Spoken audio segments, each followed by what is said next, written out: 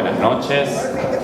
Bueno, llegando ya al final de la Feria del Libro, después de esta brillante presentación de la Asociación Cultural Bonplan en la persona de la licenciada Aurora Arbelo, que como hemos visto tanto ha hecho por la figura del doctor Amado Bonplan, y hoy, bueno, esta Feria del Libro, 16ª Feria Provincial del Libro, Historias para Alentar, va llegando a su fin, con un invitado de lujo, por supuesto, que hoy una lectora ya nos dijo que la última vez que estuvo fue en el año 2018, con testimonio fotográfico, así que es una alegría poder recibir a Federico Andajasi, que ya está desde el día de ayer en la ciudad, en esta ocasión acompañada por la licenciada Gabriela Bizarro, periodista, editora, conocida por todos, una gran lectora también, que van a desandar este camino sobre El prisionero del Yerbatal, la nueva novela de Federico Andajasi, que está entre los 5 libros más vendidos de ficción del país, así que bueno, aquí se puede comprobar su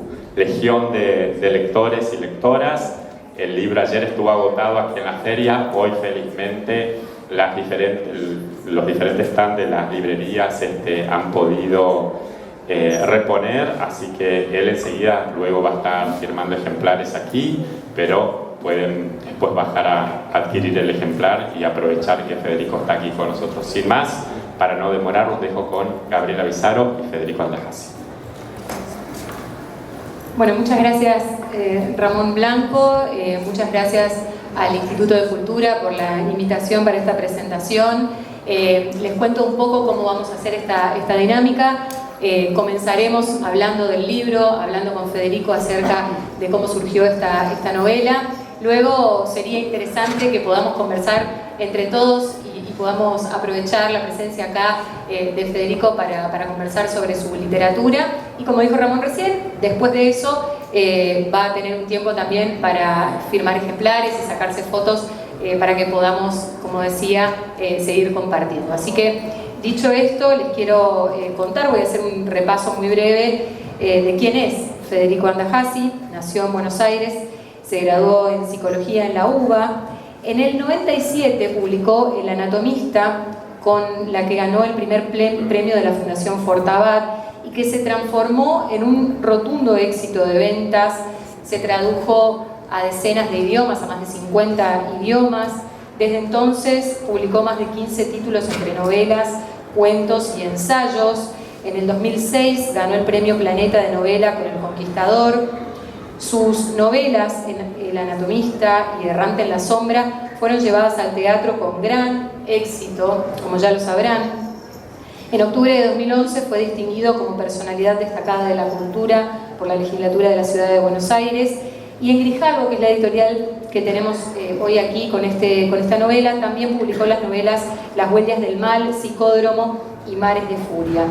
Hoy, como dijo Ramón, nos convoca la más reciente novela de Federico, que es El prisionero del Yerbatal, que reconstruye un momento de la vida de Amado Bonplan. No podríamos haber tenido mejor prólogo que la Asociación Bonplandiana aquí para poder entrar en clima y en época también con la información.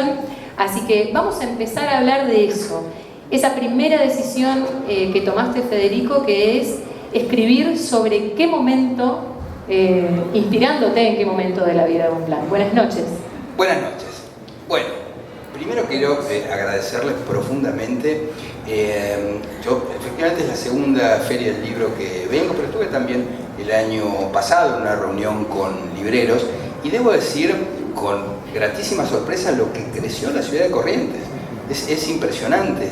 Había paseado el año pasado por acá, por la puerta de lo que es la antigua cárcel, pero no me imaginaba que se iba a armar este polo comercial, cultural. La verdad es impresionante, así que esa rambla que tiene esa costanera es fantástica, así que contento, muy contento, doblemente contento, porque además para mí, imagínense que Corrientes es un poco como la meca, ¿no?, de esta novela, por varias razones, ahora después nos vamos a extender, pero Bonplan decide vivir el resto de su vida después del cautiverio en Paraguay, del que vamos a hablar extensamente, acá en Corrientes, y decide morir acá en Corrientes, de modo que para mí es realmente un enorme honor y un privilegio. Además, debo decir que la gente acá es maravillosa, es tan encantadora, tan hospitalaria, que realmente se los agradezco. Con razón Bonpland se quedó, decimos. Sí, exactamente, tenía mucho. Bueno, Bonpland tenía particularmente muchos motivos. Acá tenemos un descendiente de Bonpland que puede dar fe, uno de los tantos. Bueno. ¿Y cómo llegaste a Bonpland? Bueno. A Bonpland como historia, ¿no? También. Es curioso, dicen ahora, y está muy de moda afirmarlo, y es cierto que los argentinos nacen donde quieren, y es exactamente el caso de Bonpland. Pero quien me lleva a Bonpland es otro argentino que nació donde quiso, que es Bullard, un personaje increíble.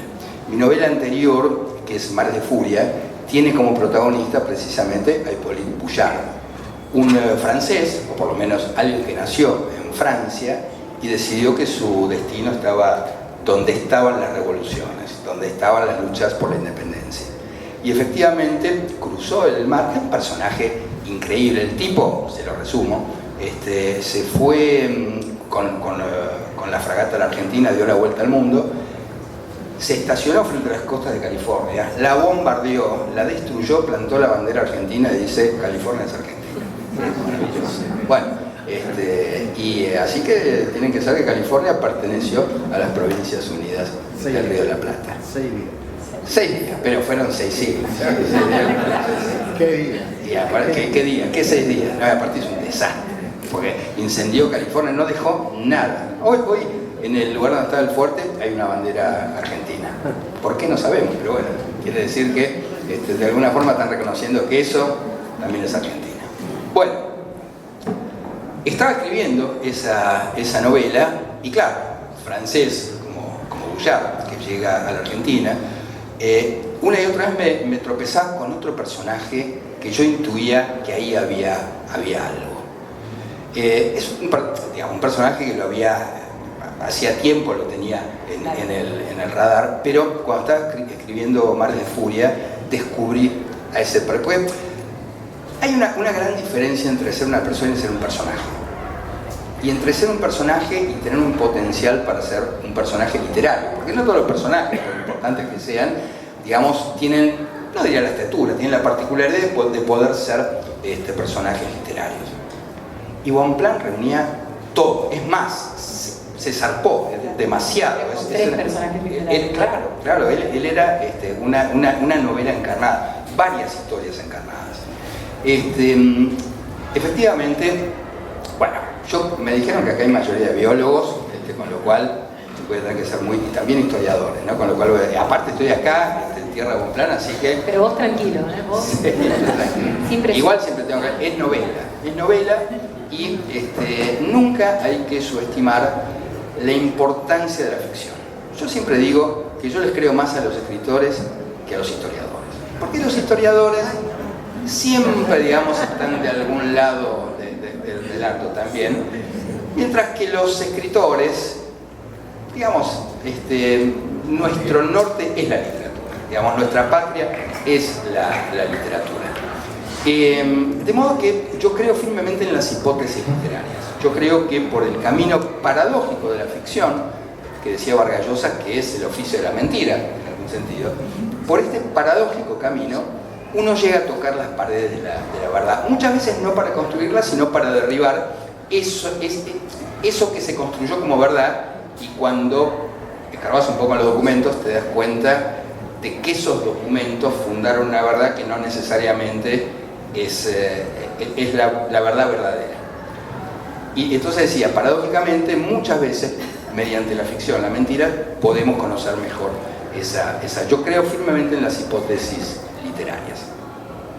Me encuentro con este personaje porque ustedes piensen que Bullard y Bonpland prácticamente se cruzan en el mar, porque cuando Bullard, digamos, zarpa con su fragata a la Argentina, Bonpland venía en su segundo viaje a la Argentina.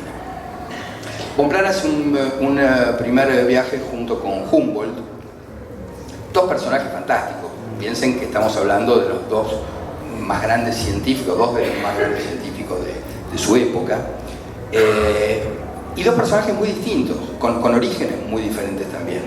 Bonpland, alguien que venía de la nobleza, tenía una familia muy relacionada con el poder. Y Bonpland, que venía de una familia, es muy curioso, ¿no? Porque ustedes saben que Bonpland no se llama Bonpland.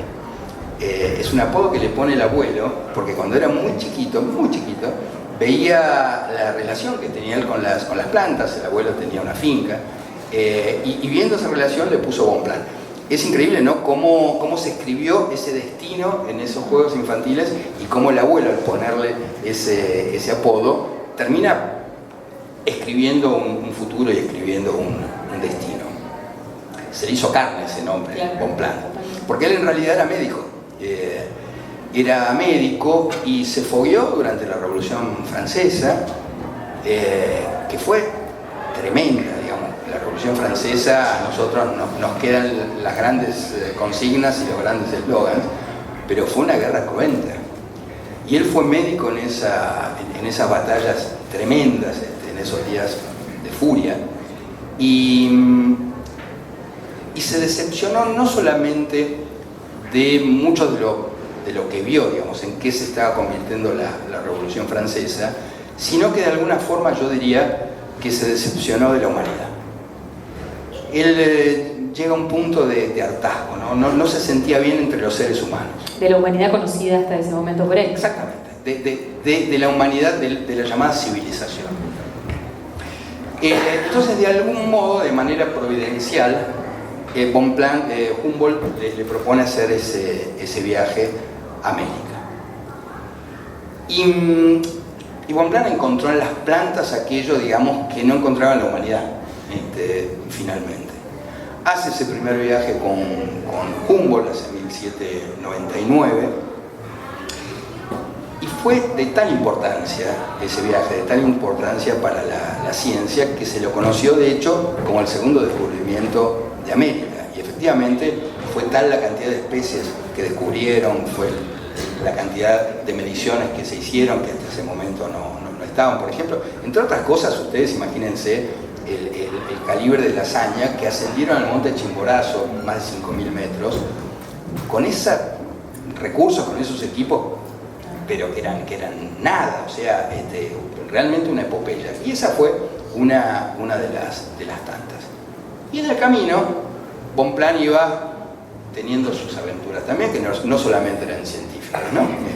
Ahí tenemos varios Bonplands y otros derivados. Ahí es donde se despliega, ¿no? Esos Bonplands posibles. Exactamente. Bueno, lo cierto es que Bonpland tenía un secreto, in pectore, en ese viaje, que no se lo había revelado ni siquiera Humboldt. Él había probado una infusión extrañísima, que no conocía nadie, que no conocía ningún europeo, que se tomaba de una manera muy extraña, a través de una cánula, en un recipiente extraño, que se lo da a probar un vecino del Marqués de Sade, que vivía por ahí, hacía unas fiestas, un poquito en homenaje también al Marqués, ¿no? Le gusta festejar y no precisamente cumpleaños, ¿no? Bueno, la fiesta de los viernes, ¿no? La fiesta de los viernes. Bueno, y en una de esas, me van a preguntar cuánto desierto, no importa. Lo cierto es que esas fiestas no estaban animadas ni con alcohol, ni con otras cosas que empezaban a circular ya por entonces, sino precisamente con esa infusión. Y se la da a probar a Bonpland, era un comerciante de té, y a partir de ese momento el tipo se obsesiona. La yerba mate se convierte en una obsesión. ¿Por qué? Porque él creía que esa planta que crecía efectivamente del otro lado del océano podía ser no solamente, digamos, un gran negocio, sino que podía desbancar a Inglaterra del gran negocio del té. Dice, esto es mucho mejor que el té. De hecho, también se puede hacer té, se puede hacer mate cocido, pero además nos da esta posibilidad maravillosa del mate, que rápidamente descubrió que no era solamente una infusión, que era una ceremonia, y una ceremonia muy importante. Entonces él emprende ese viaje con la esperanza de conocer in situ a la yerba mate. Él vuelve, se instala otra vez en París, llega a tener una posición muy acomodada en París. París. De hecho, es el jardinero real, es el jardinero en Malmaison, la casa de Josefina y Napoleón. El jardinero, digo yo. Fue el paisajista, ¿no es cierto? Es decir, ustedes piensen que Josefina era de la Martinica y tenía el capricho... Nada más y nada menos que traer la memoria de Josefina, ¿no? Exactamente. Hacer realidad esa memoria. Hacer realidad, digamos, ese paisaje tropical en plena París, en las afueras de París. Y efectivamente convirtió Malmaison en un jardín tropical que a Josefina le recordaba su tierra natal. Cosa muy, muy difícil. Y la gobernanta de Malmaison era Delis, que terminó siendo su esposa. Dicen algunos, no está claro si realmente se casaron, si no se casaron, ponen en duda su existencia. Yo me inclino a pensar que sí, efectivamente existió. Entonces, después de trabajar en Malmaison junto con Josefina, después muere Napoleón, Revolución Francesa en el medio, gran decepción de Bouillard, reposición de la monarquía.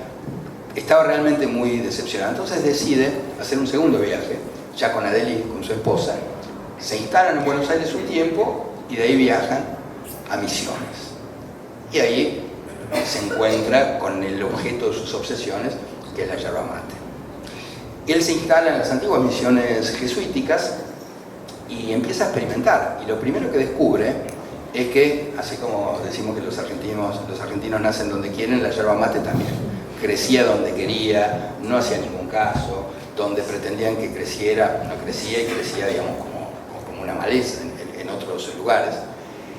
Y claro, esa era la dificultad con la que se habían encontrado, por ejemplo, también los jesuitas en su época, que llegaron a hacer un desarrollo interesante también de la yerba mate. Pero Bonpland descubre la manera, yo no les voy a contar cómo porque no les quiero spoilear el libro y de verdad que esto es verdad y es sumamente literario el modo en que consigue domesticar a la yerba mate, la domestica, la doma y a partir de ese momento puede hacerla crecer donde él quiere. Es más, llega hasta hacer cultivos en la isla Martín García. Claro. Ahora eso lo pone en un gran problema.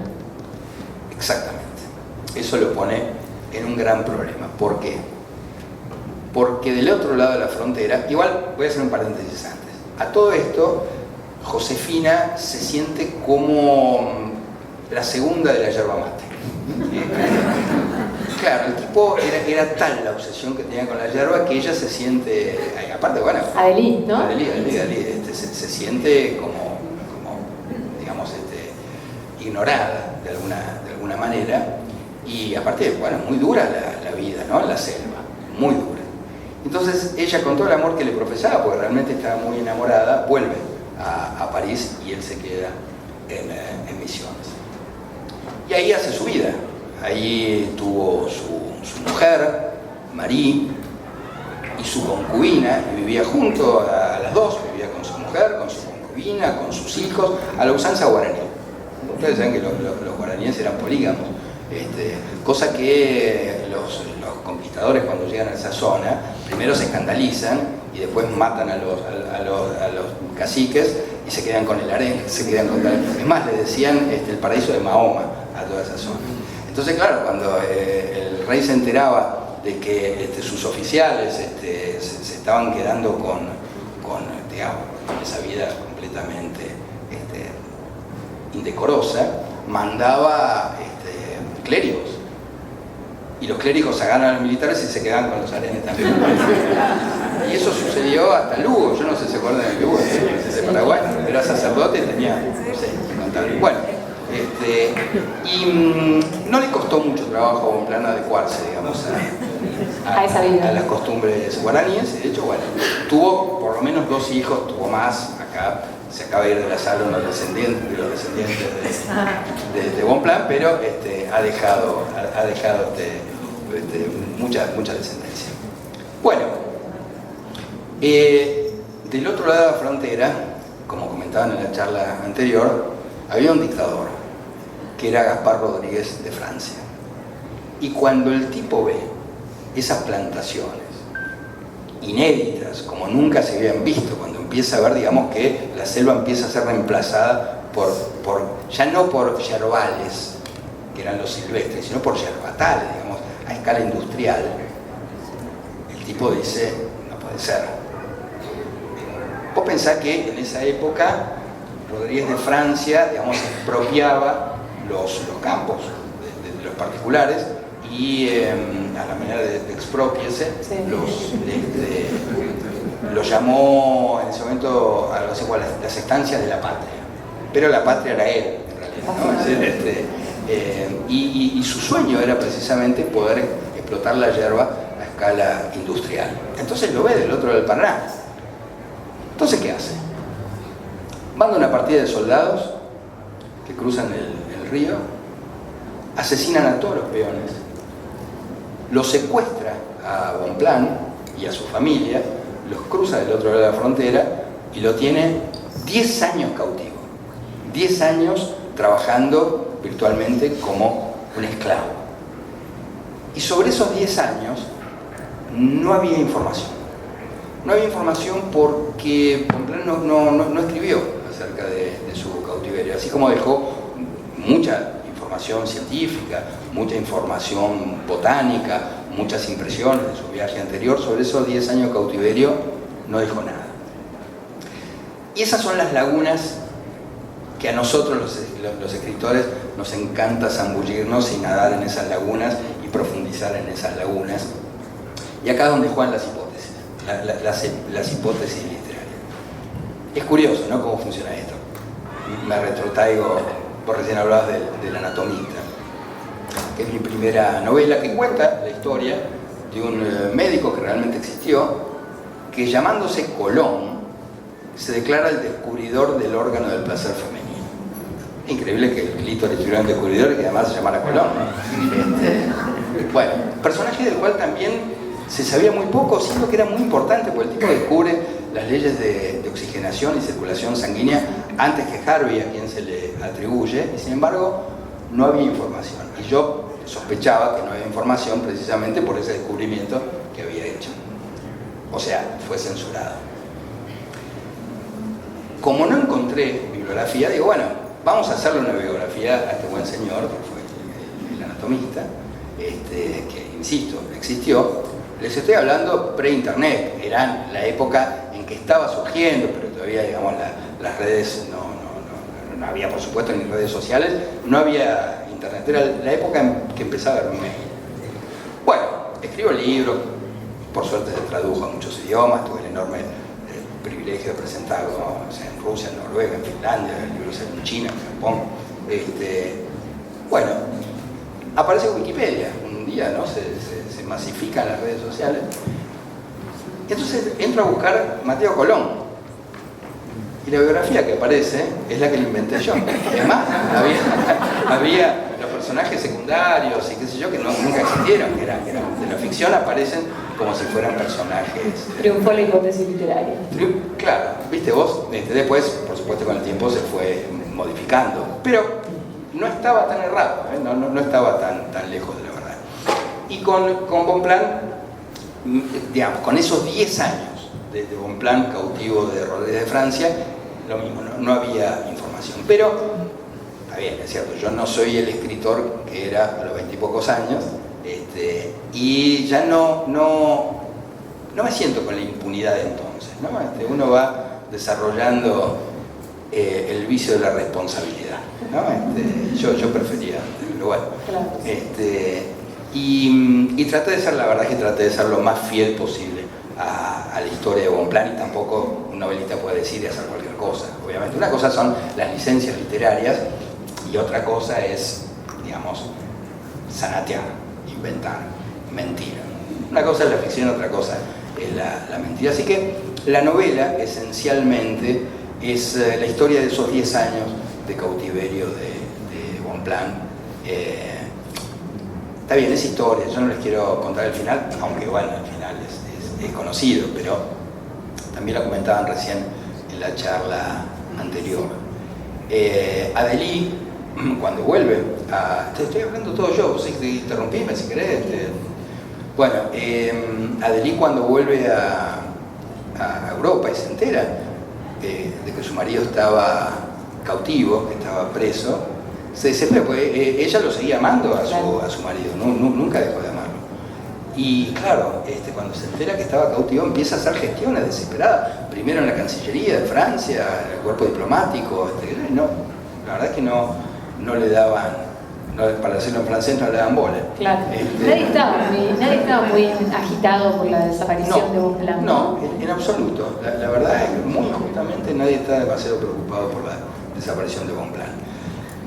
Al punto que ella decide cruzar el océano, viaja a América y empieza a hacer gestiones desesperadas. Se reúne acá con Rivadavia sin mayores éxitos, porque Rivadavia se supone que se comunica con Paraguay, pero era una relación también muy tensa, tenían entredichos fronterizos, con lo cual no era fácil. Y se llega a reunir con Bolívar.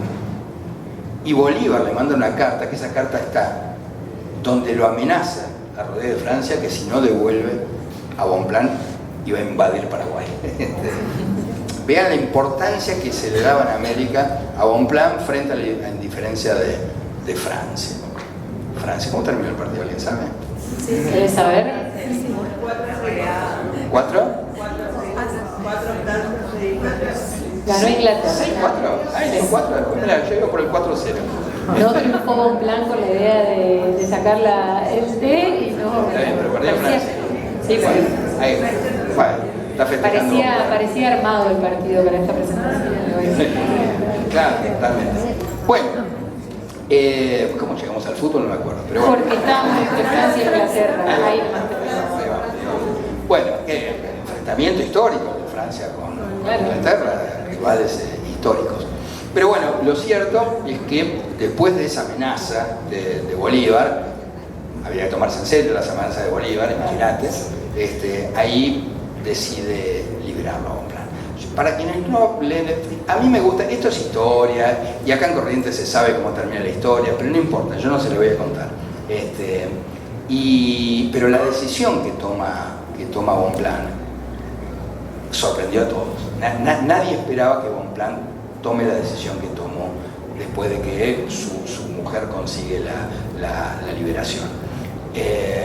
Aparte piensen que, y bueno, con esto ya se le voy a contar un poco al final, piensen que él podía volver a Francia como un héroe, pero además cobrando una gran pensión que le permitía ciertos lujos, no importa. Toma una decisión realmente inesperada. Hablemos de Bonpland y de Adelie, pero en realidad te quiero preguntar sobre tus hipótesis literarias respecto del amor, porque vos hacés toda un manifiesto sobre el amor comparando ese amor occidental con el amor guaraní, si se quiere. Totalmente. Recién hablábamos un poco de manera risueña, ¿no? Es decir, cómo los españoles cuando llegan a la zona y a las culturas guaraníes se asombran, digamos, de ese sistema poligámico del cual se apropian, pero es mucho más profundo que eso. O sea, nosotros acá en Occidente tenemos un criterio particular del amor que no es el único, y en algún sentido tampoco podríamos decir que el sistema poligámico de un hombre con varias mujeres tampoco es, digamos, había sociedades que también eran matriarcales en otros casos. La amplitud de las sociedades humanas es muchísimo más amplio del que nosotros imaginamos. Nosotros, digamos, nos tocó vivir en una época que, comparándola con la historia del ser humano, con la historia previa a la escritura, es muy pequeñita. Entonces a veces creemos que el estado, digamos, natural del hombre es la democracia occidental y el matrimonio monógamo. Y la verdad es que, es más, la mayor parte del mundo no vive en democracia. La mayor parte del mundo no vive en sistemas monogámicos. Entonces, Bonpland se encuentra con otro sistema de pensamiento, en el cual el mate tiene mucho que ver, porque como les decía anteriormente, el mate no es solamente, digamos, una infusión, como puede ser un té, un café con leche, no. También, digamos, el mate era una representación social del amor. es muy interesante, digamos, el lugar que le dan los guaraníes al mate y el lugar que encuentra Bonpland para eso, que tiene que ver directamente con este criterio que tenemos del amor.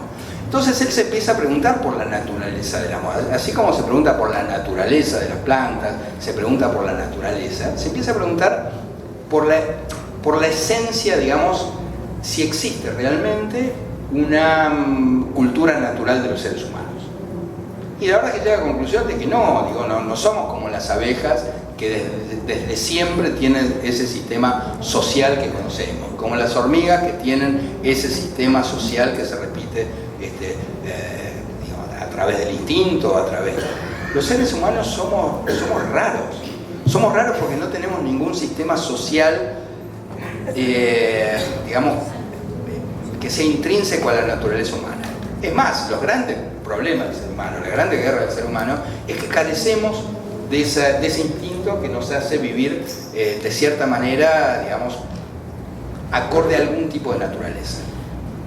Entonces se le empiezan a mezclar muchas cosas a Bonpland, porque por una parte él venía de esa decepción con la Revolución Francesa,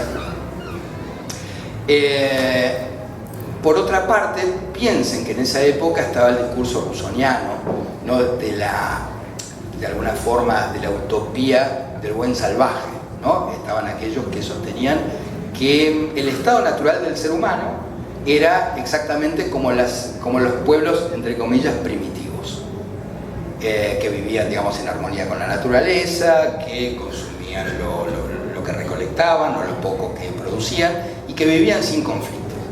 Pero eso tampoco era así. También sabemos, digamos, que dentro de los pueblos llamados, entre comillas, por supuesto, salvajes, también había tremendos enfrentamientos, pero uno podría decir que eran enfrentamientos territoriales, ¿no? Que más o menos, si uno compara aquellas civilizaciones en distintos lugares del mundo, funcionaban de una manera más o menos, lo cual daba lugar a plantear, como suponía Bonpland o como suponía Rousseau, que había, digamos, una naturaleza social humana y que esa naturaleza social humana se había perdido. Entonces, ahora también es toda una romantización que pudo haber hecho Bonpland sobre lo que se encontró acá, producto de dónde venía, ¿no? Este juego que haces vos ahí, porque incluso cuando él escribe a Delí, y me permito compartir una pequeña parte, dice: en estas comunidades, haciendo referencia a la comunidad guaraní, cada miembro se adecua a las reglas generales del amor y no a la inversa, como sucede en Europa, donde cada quien pretende que el amor se amolde a su propio criterio, y hay tantas definiciones del amor como personas existen, incluso dentro de un matrimonio. Pero esto lo dice escribiéndole a su esposa europea, sin creérsela, porque lo escribe en tercera persona, sin hacerse cargo de que él también ya había desplegado ese sistema, ¿no? Claro, y lo escribe, digamos, sabiendo que nunca le iba a mandar esa carta, ¿no? Comportándose de manera muy occidental, digamos. Exacto. Entonces él hace una simulación, finge sinceridad, escribiéndole a Delí cómo era su vida, con su esposa, con su concubina, pero nunca le mandaba las cartas. Claro, y ahí te saco de la historia para llevarte al escritor Federico, que es también psicólogo. ¿Cómo te juega ese diálogo interno entre las historias que escribís y el campo disciplinar en el cual te movés? Muy mal, la verdad que somos dos personas que nos llevamos muy mal. Mira, a menudo me sucede que por ahí estoy perfilando un personaje literario, siempre antes de ponerlo a vivir, de darle el soplo vital. Después le das el soplo vital y haces lo que quiere el personaje, pero sí, digamos, empezás a caracterizarlo, ¿no? Y entonces ensayás una primera descripción anímica, por así decirlo, del personaje. Y a veces me doy cuenta que no estoy escribiendo un personaje, sino que estoy escribiendo una historia clínica. Y claro, las historias clínicas, digamos, no tienen aquello que no... Lo que pasa es que están muy mezcladas también, es cierto, la literatura y particularmente el psicoanálisis. Ustedes piensen que yo me formé como psicoanalista. Después, lo mismo, cuando empezás a ejercer la práctica, yo de todas formas dejé de ejercer también la práctica, te das cuenta de que tampoco te puedes someter a un dogma. Claro. Pero lo cierto es que Freud, que estaba inventando una disciplina que hasta entonces no existía, precisamente como no existía como disciplina científica, tiene que echar mano a lo que había era literatura. Entonces lees a Freud, lees a Shakespeare, lees a Goethe, lees mitología griega, o sea, el psicoanálisis está hermosamente construido con personajes literarios, de modo que es bastante recíproca, digamos, la relación entre la literatura y el psicoanálisis. Pero no son lo mismo. Entonces, cuando cruzas la frontera y, como te digo, te das cuenta que estás describiendo un paciente, claro, ahí tenés que volver a empezar.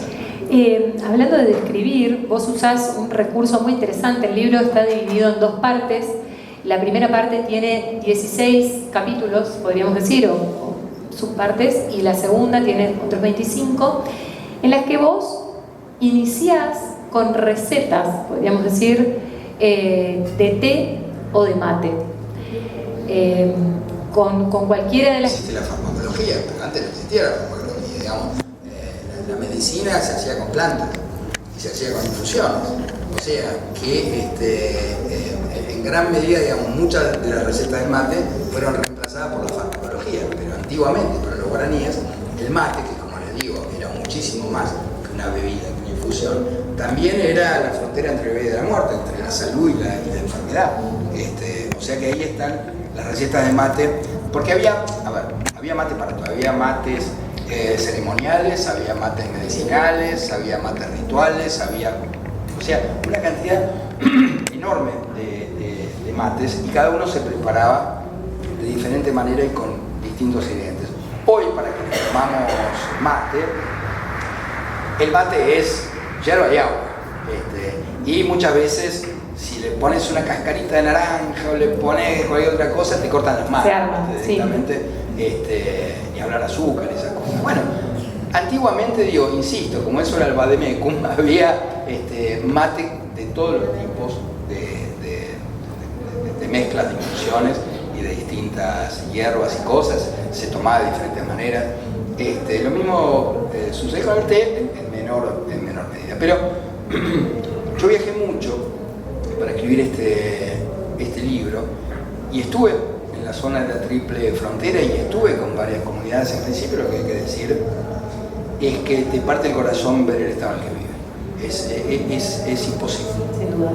Es imposible, y eso es una deuda que hay que saldar, porque es imposible en esta época que haya gente, además, que eran los de acá, que vivan en ese estado de miseria extrema, para quienes el mate hoy es la comida. O sea, desayunan mate, almuerzan mate, meriendan mate, o sea, viven en un estado tremendo. Tuvieron la enorme generosidad de recibirme. En muchos casos no hablan ni siquiera castellano, digamos, tenía que estar con un intérprete. Me invitaron a participar de sus ceremonias, de sus rituales del mate.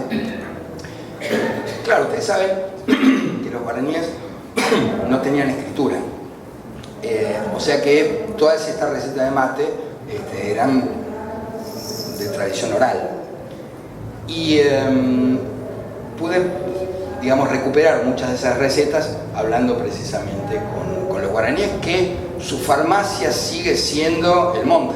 Claro.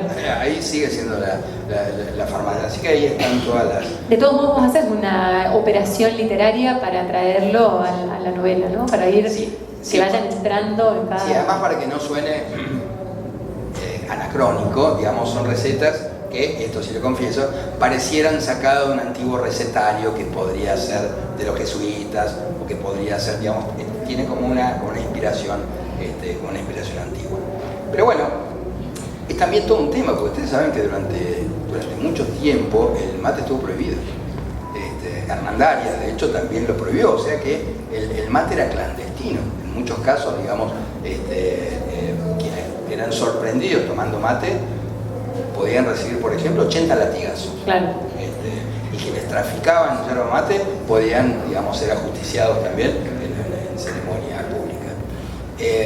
¿Por qué? Uno se pregunta por qué. Bueno, en principio porque había un potencial negocio, y Claro, esto que decía al principio, la yerba mate era muy chúcara, era muy difícil domesticarla.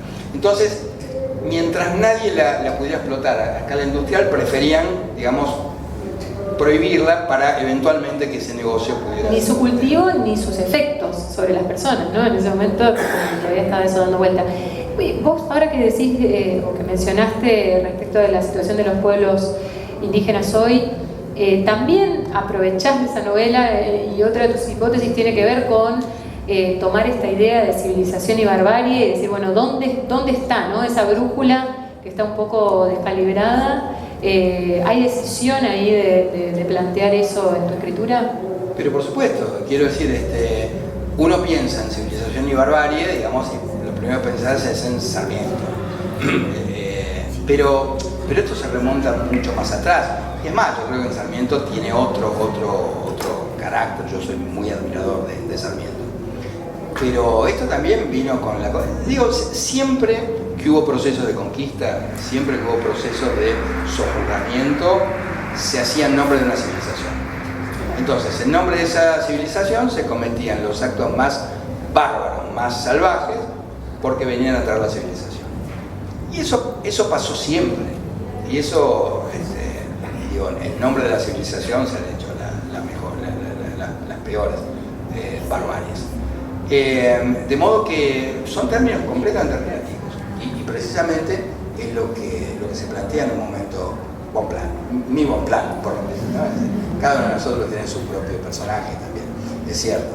Pero no tengo dudas que eran las cosas que se planteaba Bonpland, porque además el tipo realmente era un independentista, realmente, digamos, estaba asistido por un espíritu revolucionario. De hecho, Rodríguez de Francia, digamos, uno de los argumentos que pone, no le importaba mucho tampoco dar argumentos, se hacía lo que él quería, pero lo acusaban de espionaje, entre otras cosas. Pero viste cómo era, es decir, en Paraguay lo acusaban de espiar para los franceses, otros viste que todos nuestros grandes personajes están acusados o de trabajar para los ingleses o para los franceses. Contracuestionados. Claro, digamos como si no pudieran tener convicciones propias, ¿no? Y Bonpland tenía sus convicciones y era realmente el tipo un independentista. Mi última pregunta y después me gustaría que empecemos a conversar entre todos. Una de las cosas que están muy bien logradas, además de este juego que haces con las recetas del mate y del té, que me parece que nos hacen entrar en ese clima, es justamente las atmósferas y el clima que vas logrando, aún pasando de Francia a Paraguay, ¿no? Ese vaivén. ¿Cómo vas trabajando eso sin pintar o sin caer en una cosa telúrica? El pintoresquismo. Claro, exacto. Totalmente. Bueno, precisamente leyendo historia. Cuando vos lees historia y te salís, digamos, de la cosa del manual, de la cosa escolar, te das cuenta que ese proceso, no solamente el proceso independentista, el proceso de la Revolución Francesa, el proceso de las revoluciones acá en América, era muy diferente de lo que nosotros hoy, digamos, podemos casi recitar, te diría yo. Eran procesos descarnados. Por eso, digamos, una de las primeras descripciones que tiene el libro es de las consecuencias de las batallas de la Revolución Francesa, que eran tremendas, que era tremenda. Y hay elementos que me parece que simbolizan bien esta cuestión de cómo se concebía incluso ese pintoresquismo. Si vos ves la arquitectura francesa, rococó en esa época, barroca, era suplantar naturaleza. París es una ciudad bellísima, por supuesto, pero en la que se sustituyó naturaleza por arquitectura. Entonces vos, sobre todo en el rococó, tenías todos esos frisos que semejaban plantas, que semejaban enredaderas, que semejaban flores, en detrimento de lo de... Entonces, una de las cosas que dice Bonpland, qué delirio, ¿no? Tener que hacer flores de piedra cuando tenemos la naturaleza. Entonces, Quien hace una versión pintoresca de los hechos es la civilización. Para darle una pátina civilizatoria a ese proceso, en un punto salvaje que fue la conquista, necesitaban ponerle flores, aunque fueran de cemento, que fueran de estuco, ¿no? Y Bonpland lo que quería era la flor de verdad, era las plantas de verdad. Hoy estaba hablando con un gran escritor de acá, José Gabriel, que me decía que Bonpland en realidad era un poeta. Y es cierto, digamos, cuando vos lees esas descripciones científicas de Bonpland, notás que se lleva mucho mejor, digamos, con esa cosa acientífica que tiene la selva, que tenía toda esa zona, que con los textos. Por eso tenía una relación tan difícil con Humboldt. Claro. Humboldt era un científico, y es más, cuando vuelven de ese primer viaje, Bonpland tenía el contrato que había hecho con Humboldt, la tarea de volcar, digamos, todos esos conocimientos a papel, digamos, para publicar un libro. Y no lo hace. Y pasa el tiempo y Humboldt le pregunta, ¿y? Ya va.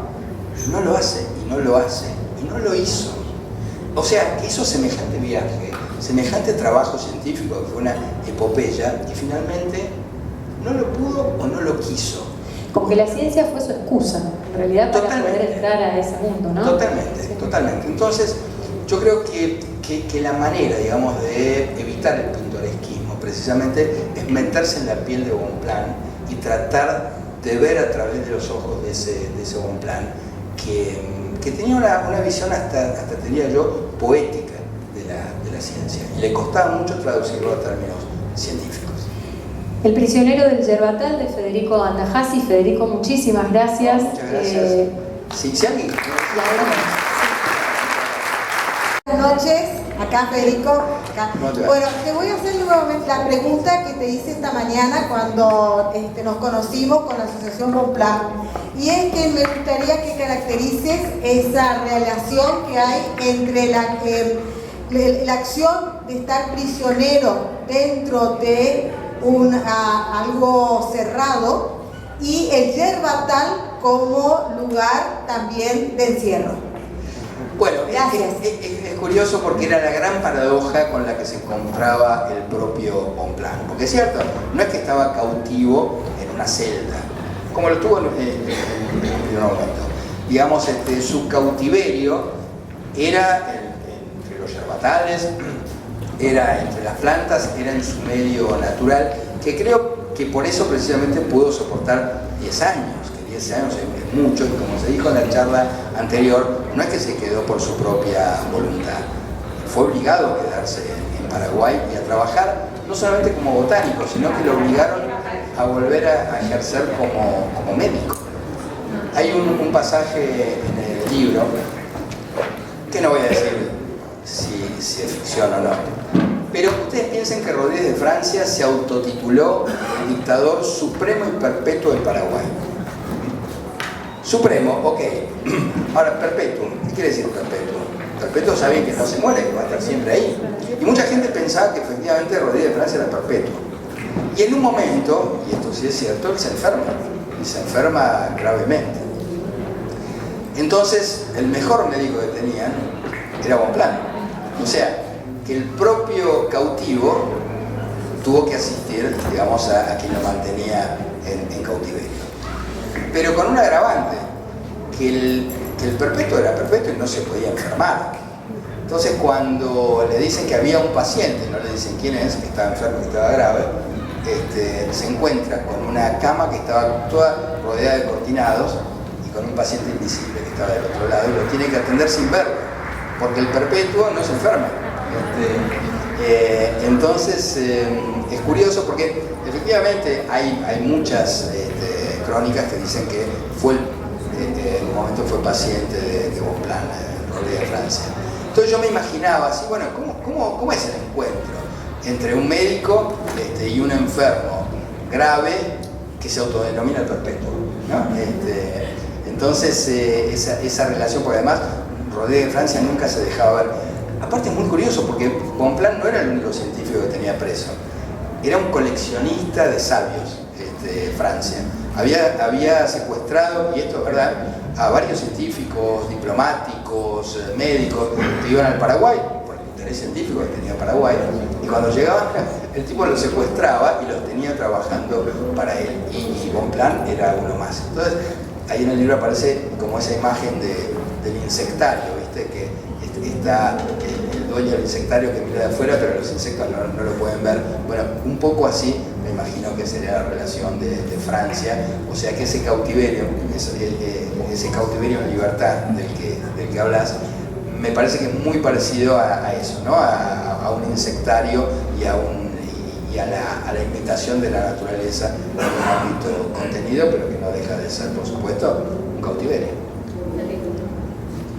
Bueno, muy buenas noches. ¿Cómo te va? Mi nombre es Alejandra, yo soy bióloga y quiero decirle que ha sido un enorme placer poder escucharlo hoy. Me gustó tremendamente la semblanza que hizo de Bonpland al final de su exposición, porque hoy más que nunca la figura de Bonpland tiene una vigencia en el sentido de que nos muestra la urgencia y la necesidad de volver nuestros ojos hacia la naturaleza. Así que bueno, los que somos biólogos sabemos muy bien la urgencia de esa necesidad de la que le hablo. Bueno, yo quiero contarles que en nuestra primer clase de ecología en la facultad comenzamos a hablar de Humboldt y Bonpland. Entonces, además de Darwin, ¿no? Me parece que Darwin es lo único de lo que hablamos los biólogos. Entonces allí aprendemos un montón de cosas de estos dos extraordinarios naturalistas del siglo XIX.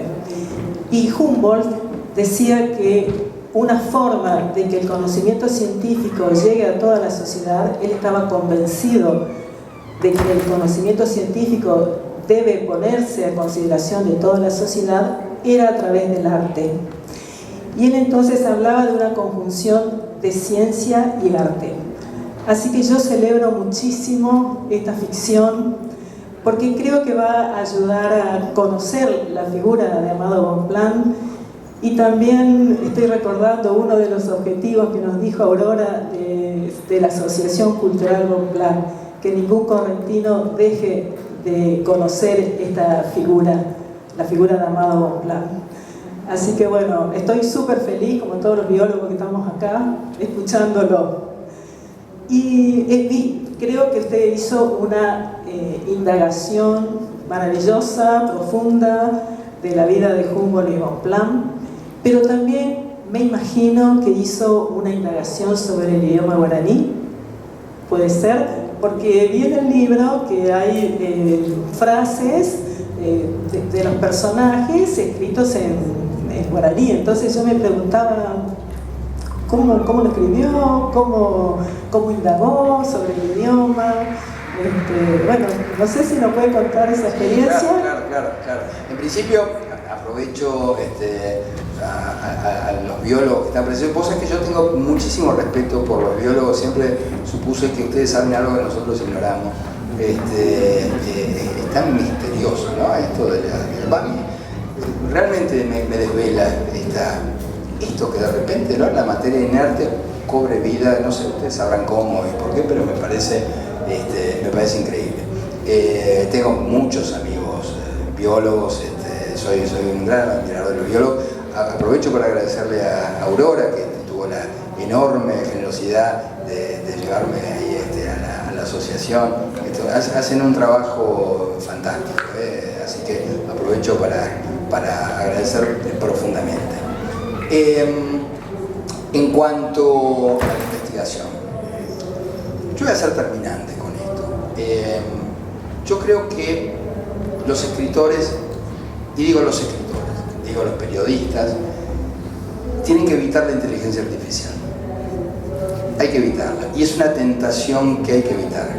Lo digo porque recién estaba hablando con una escritora, digamos, que tenía una historia para contar y no sentía que no tenía los recursos y apeló a la inteligencia artificial, y está bien que lo haga. Me parece que es una herramienta más. Ahora, quienes tenemos el oficio de escribir, escritores, periodistas, y qué sé yo, hay que renunciar a la inteligencia artificial. Entonces yo te podría, me hubiera sido mucho más fácil recurrir recurrir a la inteligencia artificial para escribir las frases en guaraní, qué sé yo. Pero preferí indagar, preguntarle a mi gente conocida que habla guaraní. Mucha gente habla guaraní y es mucho más fiel lo que te puede decir una persona de carne y hueso que lo que te puede decir, digamos, un robot.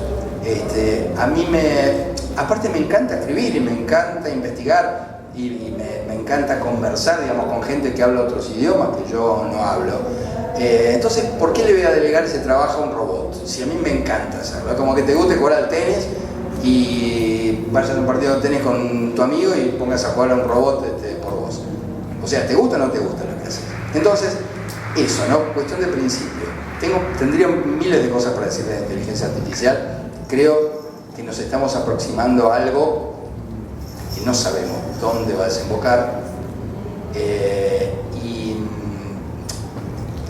Me parece que se está estableciendo un estándar de escritura muy diferente del estándar literario que nos va a hacer depender para todo de la inteligencia artificial, para todo. Y eso es un tema porque el cerebro se atrofia.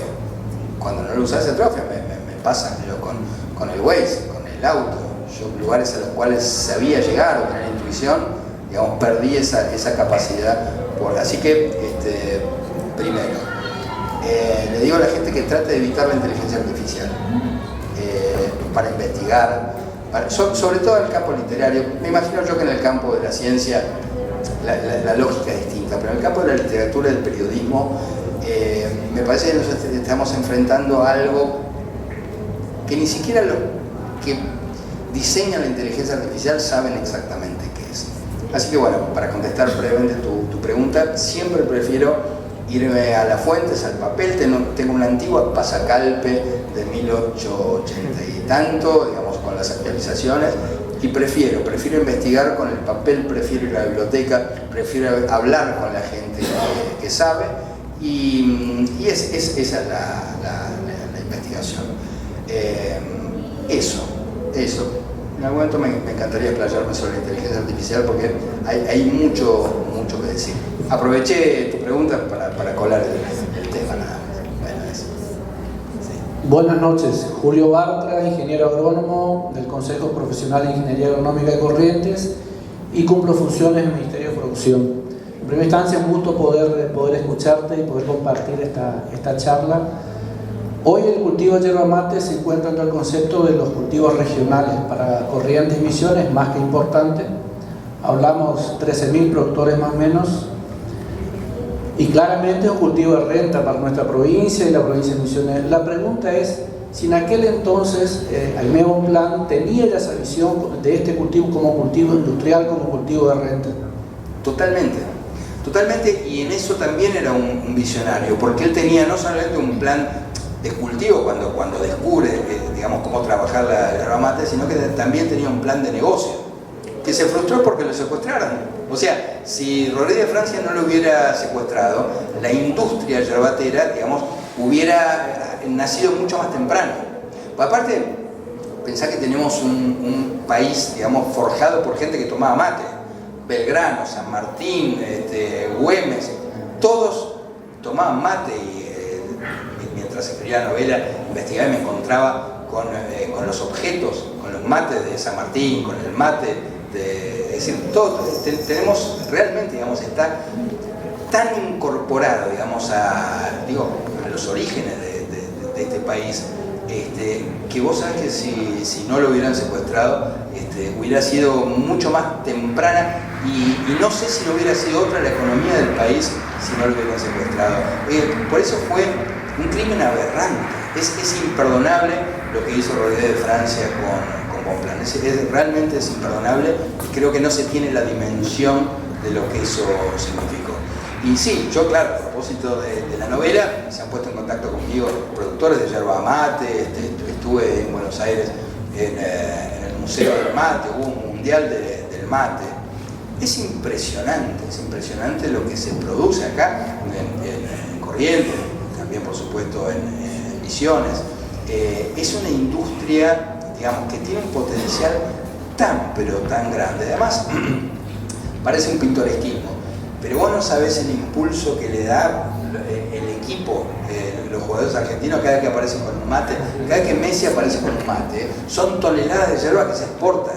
Es una cosa, no se tiene noción de lo que mueven esos pibes, es una cosa demencial. Bueno, yo creo que todo eso colabora, todo eso ayuda, y después cuando se empiece a traducir el prisionero del Cervatán, también vamos a tener.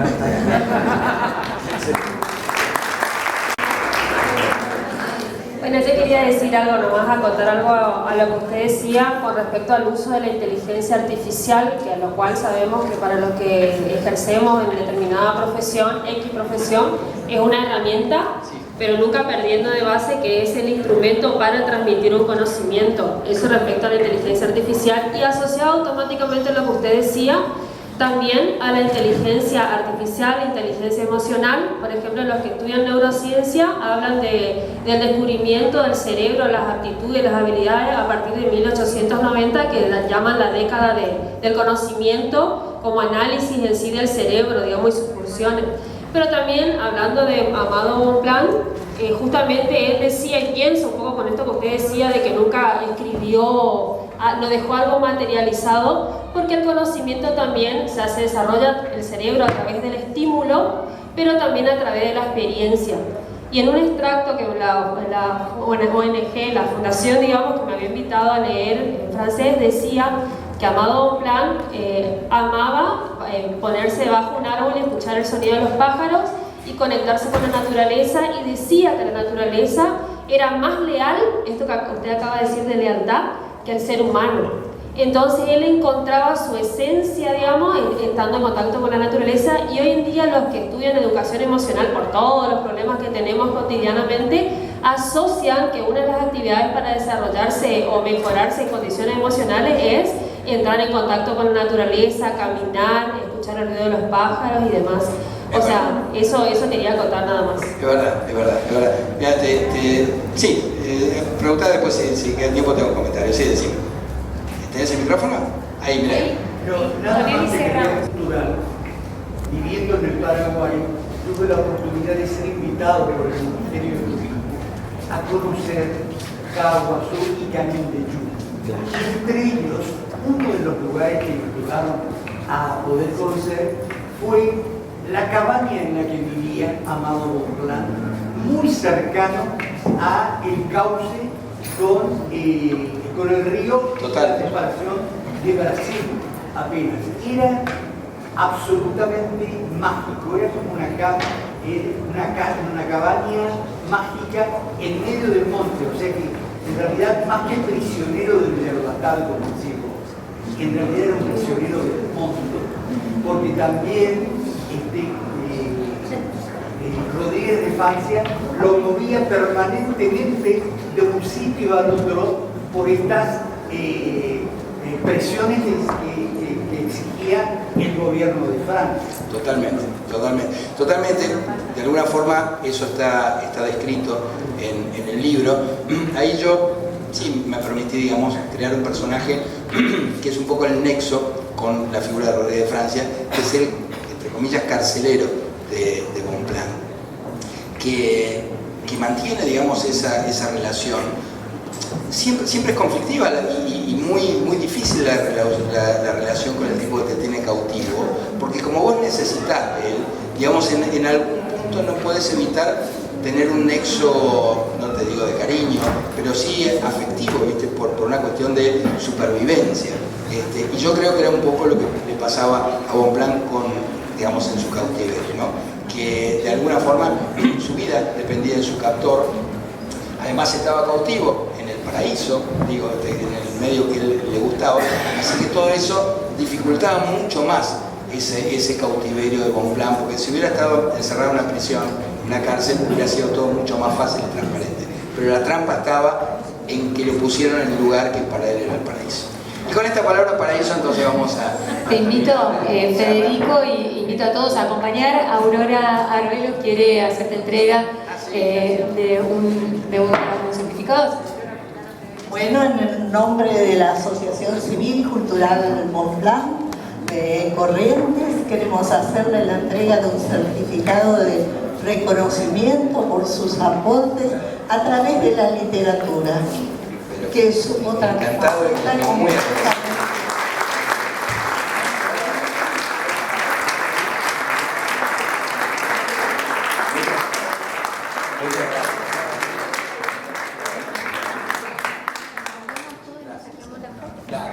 Muchas gracias a todos. Ahora voy a estar filmando ejemplares, así que... Eso, me pide que les diga, quienes quieran hacer firmar el ejemplar, acá afuera ya se está formando una fila, que es donde va a estar firmando los ejemplares, así que ni bien salen del auditorio, a la izquierda está la fila. Gracias a todos.